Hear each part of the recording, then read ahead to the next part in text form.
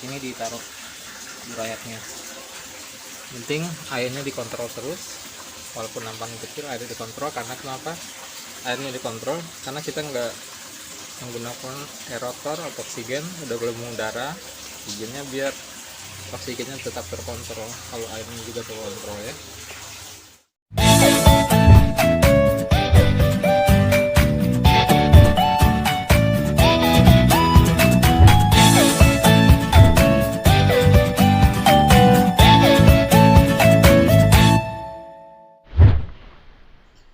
Assalamualaikum warahmatullahi wabarakatuh. Salam sehat dan sukses selalu untuk semua sahabat R2.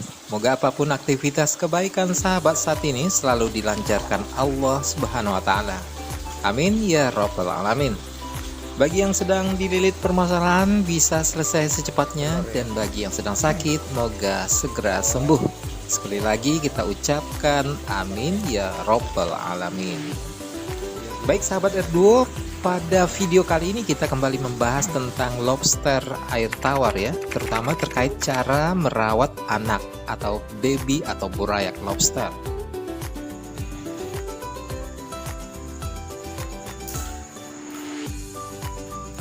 Ya, sama ya. Nah, tuh anakan atau burayak ya, burayaknya lobster. Sahabat R2, tahapan yang paling menantang dan mengasihkan bagi pembudidaya lobster air tawar adalah saat merawat burayak lobster. Bahkan ada yang menyebut di tahapan ini adalah tahapan yang paling rawan. Karena tak jarang banyak pembudidaya harus kecewa karena harus berhadapan dengan kematian massal burayak yang dipelihara.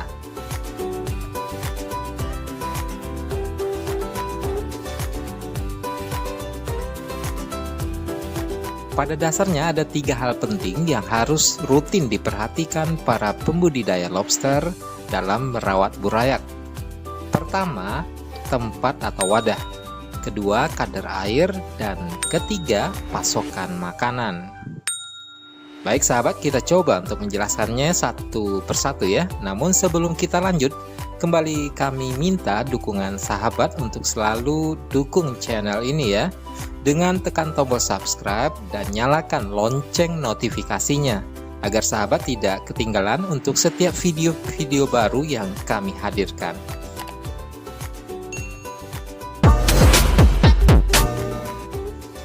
Sahabat R2, mari kita mulai dan kita masuk ke tahap pertama, tempat atau wadah.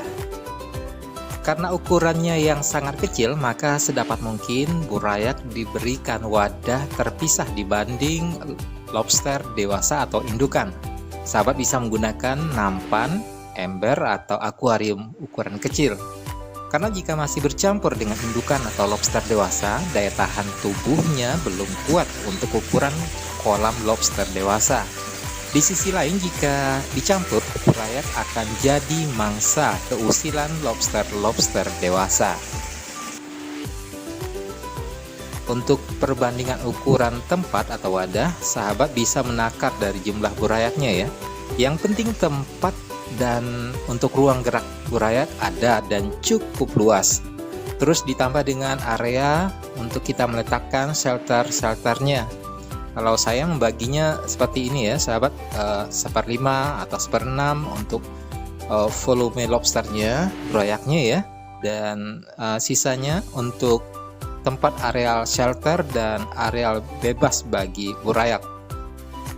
Terus sahabat, mengingat kadar oksigen cukup menjadi perhatian, maka jika sahabat tidak menggunakan aerator atau pompa, solusinya usahakan volume airnya tidak terlalu tinggi atau dalam. Cukup 1,5 hingga 2,5 cm aja. Dan terkait suhu, agar selalu stabil, usahakan posisi wadah atau kolam burayak ini tidak terpapar matahari langsung ya. Jangan terpapar matahari langsung.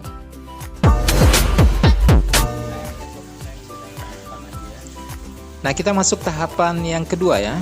Tahapan kedua, kadar air. Kadar air sangat menentukan untuk budidaya lobster air tawar, terutama juga pada tahapan burayak, fisik burayak. Jika airnya keruh atau bau, tentu akan sangat mengganggu bagi burayak-burayak kita. Dan ada beberapa cara untuk mengontrol kadar air, misalnya menggunakan alat cek suhu, cek oksigen, cek kadar air, dan sebagainya. Namun untuk yang tidak memiliki peralatan tersebut, maka hal yang paling simpel dilakukan sahabat adalah usahakan air selalu bersih, tak keruh atau berwarna alias bening ya. Sisa makanan jangan sampai menumpuk lebih dari 24 jam. Memang sih pada dasarnya air bening belum tentu bersih, bisa saja kadar logamnya tinggi ya, atau pH-nya tak pas. Tapi dengan mengontrol sisa makanan burayak masih bisa bertahan hidup. Jadi ketika kita sering mengontrol airnya, jadi burayak itu akan bisa bertahan hidup ya. Sebab sisa makanan yang menumpuk akan memicu amoniak dan membuat warna airnya terganggu, serta kadar terlarut dalam air pun berubah. Kondisi yang seperti ini sahabat akan berujung pada kematian burayak. Filternya saya kasih di sini buat burayak-burayaknya biar sembunyi. Kalau ada tempat bersembunyi, dia aman dari teman-temannya juga.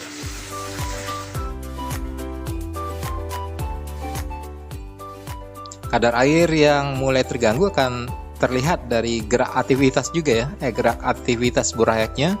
Biasanya burayaknya kurang semangat dan lesu ya. Atau kalau misalnya ada shelter yang kita punya itu, dia akan naik di atas shelternya, mencari tempat di luar, cari oksigen atau segala macam.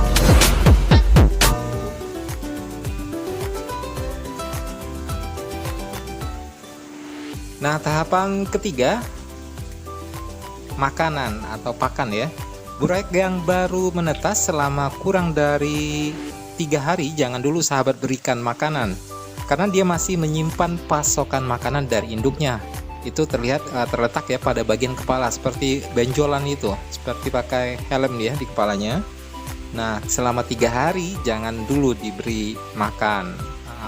Setelah 3 hari baru sahabat bisa memberikan makanan awal, bisa menggunakan pelet, cacing sutra, maggot, dan lainnya. Di tahapan ini usahakan memberikannya sedikit saja dulu ya. Patokannya sama halnya rumus pakan lobster dewasa, artinya 3% dari bobot tubuh dari lobsternya. Atau menakarnya dengan melihat pada sisa pakan dalam tiap hari kita berikan. Kalau misalnya sisanya banyak, maka kurangi takaran memberi makanan. Sahabat juga bisa ya menggunakan pakan berupa nasi untuk burayak lobsternya, asal nasinya lunak ya. Namun jika sahabat menggunakan nasi, hati-hati jika kadarnya terlalu banyak sisa, karena kalau tidak cepat diambil, sisa-sisa nasinya akan cepat membuat air keruh dan akan mempengaruhi kadar oksigen wadah atau kolam burayaknya.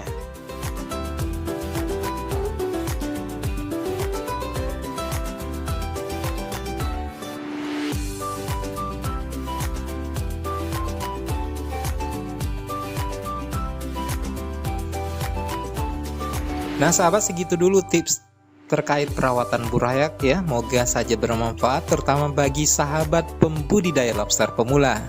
Jangan lupa untuk share sekiranya bermanfaat, agar sahabat-sahabat kita yang lain bisa juga terbantu untuk sukses dalam budidaya lobster air tawar.